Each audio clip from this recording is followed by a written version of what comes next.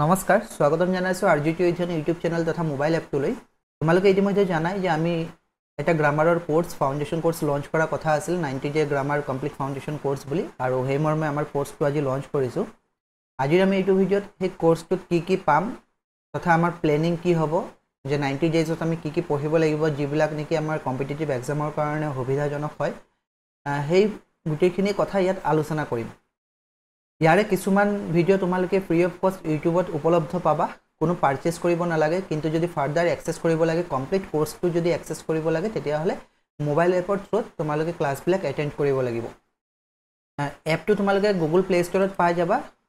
আৰজিটি অধ্যয়ন বুলি লগইন কৰাৰ পিছত কন্টেন্ট বুলি এটা অপচন পাবা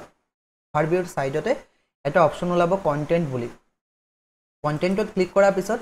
তেনেকে বিভিন্ন ধৰণৰ ফোল্ডাৰ পাবা যত নেকি 90 day grammar foundation course outline classes PDFs videos আৰু এমসিকিউ টেষ্ট বুলি তাত ফোল্ডাৰ থাকিব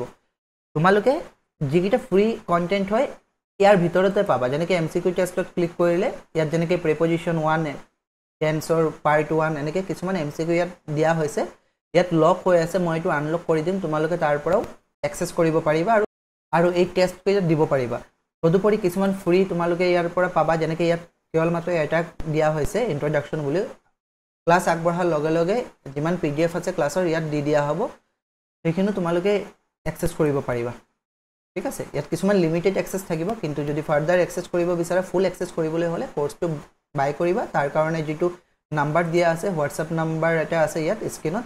9678717176 এই নাম্বাৰটোত যোগাযোগ কৰিবা যি কি নহওক এই গ্ৰামাৰ কোৰ্সটোত আমি কি শিকিম আমাৰ এইটো গুটি প্লেনিংটো 90 ডেজৰ কাৰণে কৰা হৈছে আৰু উইক ওয়াইজ আমি এইটো ব্ৰেকআপ কৰি লৈছো যে 12টা সপ্তাহত আমি কি শিকিম যেনেকৈ ফাৰ্স্ট উইকত আমি শিকিম সেন্টেন্সৰ বেসিক্স আৰু পাৰ্ট অফ স্পিচৰ বিষয়ে ওকে উইক 1 আৰু 2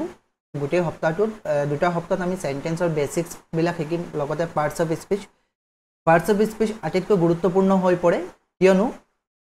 যিকোনো ধৰণৰ কম্পিটিটিভ এক্সামে নহওক কিয় লাগিলে গ্ৰেড 4 হওক গ্ৰেড 3 হওক বা আপাৰ লেভেলৰ যিকোনো এক্সামে হওক নহওক কিয়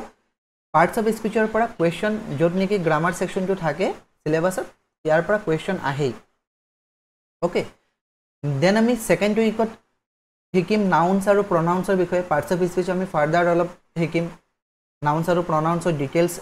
আমি ষ্টাডি কৰিম দেন ফৰ্থ উইকত ভাৰ্ব আৰু টেন্সৰ পাৰ্ট কেইটা ঠিক সেইদৰে ফিফথ উইকতো ভাৰ্ব আৰু টেন্সৰ পাৰ্ট কাৰণ ভাৰ্ব আৰু টেন্সৰ পাৰ্টটো বিৰাট এটা ভাষ্ট এটা কনসেপ্ট হয় গতিকে এইটো আমি অলপ ডিটেইলছ ওয়াইজ বুজিম দেন উইক 6ত আমি কি শিকিম যে সাবজেক্ট ভাৰ্ব এগ্ৰিমেন্ট এগেইন এইটো আটাইতকৈ গুৰুত্বপূৰ্ণ হৈ পৰিছে আজিকালি কম্পিটিটিভ এক্সামৰ কাৰণে দেন উইক 7ত এডজেক্টিভছ এণ্ড এডভাৰ্বছৰ বিষয়ে তাৰ ডিফাৰেন্স কি দেন ডিগ্ৰী অফ কম্পেৰিজন এইবিলাক আমি চাম এডজেক্টিভ আৰু এডভাৰ্বৰ যি স্পট কৰিব লাগে কোনটো এডজেক্টিভ হয় কোনটো এডভাৰ্ব হিচাপে ইউজ হৈছে সেইবিলাক আমি চাম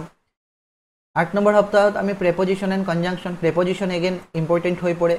উইক 9ত আমি কি শিকিম আৰ্টিকল ডিটাৰমিনাৰ্স কোৱান্টিফায়াৰ্স এইবিলাক উইক নম্বৰ 10ত আমি সেন্টেন্সৰ টাইপছ বিলাক আৰু ট্ৰান্সফৰমেশন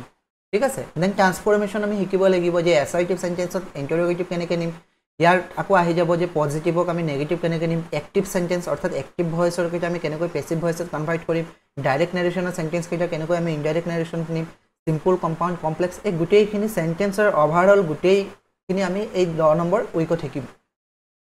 তাৰ পিছত আৰু দুটা সপ্তাহত ভোকেবুলাৰি সেকশনটো আমি চাম আৰু কমন এৰৰ্স ভোকেবুলাৰি এগেইন ইম্পৰ্টেন্ট হৈ পৰে যেনেকৈ OWS ৰ পৰা কোৱেশ্চন আহিবই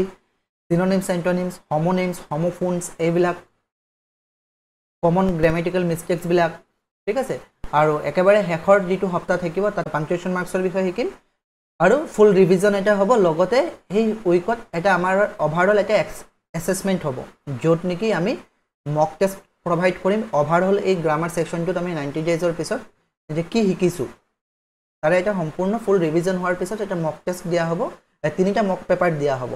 ঠিক আছে আৰু তিনিটা মক পেপাৰ 100 মাৰ্কছৰ হ'ব তাত নিজে এসেসমেন্ট কৰিব লাগিব যে কিমান পাইছো ওভাৰঅল গুটে ডাটা তোমালোকে পাই যাবা এপৰ থ্ৰুতে পাই যাবা যে কোনটো আমি শুদ্ধ কৰিছো কোনটো ভুল কৰিছো ক'ত ভুল হৈছে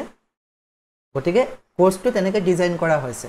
গতিকে তোমালোকে যদি এই 90 ডেজৰ কোৰ্সটো যদি ভালদৰে চোৱা তেতিয়া হলে যি কোনো ধৰণৰ কম্পিটিটিভ এক্সাম হোক বা কোনোবাই যদি ষ্টুডেন্টে বোৰ্ড এক্সাম দিবলৈ লৈছে এটা ধুনীয়া ফাউন্ডেশন এটা বিল্ড হ'ব আৰু ফাৰ্দাৰ আমি যিকোনো এক্সামত গ'লে কোনো গ্ৰামাৰ লৈ পিনে ভয় নালাগে এই 90 ডেজৰ কোৰ্চটো লোৱাৰ পিছত সেই ভয় ভাৱটো তোমালোকৰ আঁতৰি যাব আৰু এটা কমপ্লিট ফাউণ্ডেশ্যন এটা তোমালোকৰ বিল্ড হ'ব আৰু পিছত আৰু আমি তেনেকৈ কোৰ্চ লঞ্চ কৰিম য'ত নেকি তোমালোকৰ যি স্কিল বেছিক স্কিলটো আৰু বুষ্ট আপ কৰিব পাৰোঁ গতিকে যদি তোমালোক ইণ্টাৰেষ্টেড আছা তেতিয়াহ'লে কোৰ্চটো ল'ব পাৰা আদাৰৱাইজ তোমালোকে ফ্ৰী অফ কষ্টটো বহুত কণ্টেণ্ট ইয়াত পাবা যিটো নেকি মই এপত কৈছোঁ এপটো তোমালোকে ডাউনলোড কৰি ল'বা এইটো মই PC ভাৰ্চনত দেখাই আছোঁ একে হ'ব অকল এপত ইণ্টাৰফেচটো অলপ বেলেগ হয় বাকী কণ্টেণ্ট বুলি অপশ্যন থাকিবই তাৰ ভিতৰত ফ্ৰী অফ কষ্ট এই এক্সেছবিলাক তোমালোকে কৰিব পাৰিবা ঠিক আছে আৰু যদি বিশেষ কিবা জানিবলৈ হয় তেতিয়াহ'লে মই ইতিমধ্যে কৈছোঁৱেই যিটো নাম্বাৰ আছে এই হোৱাটছআপ নাম্বাৰটোত মেছেজ কৰিবা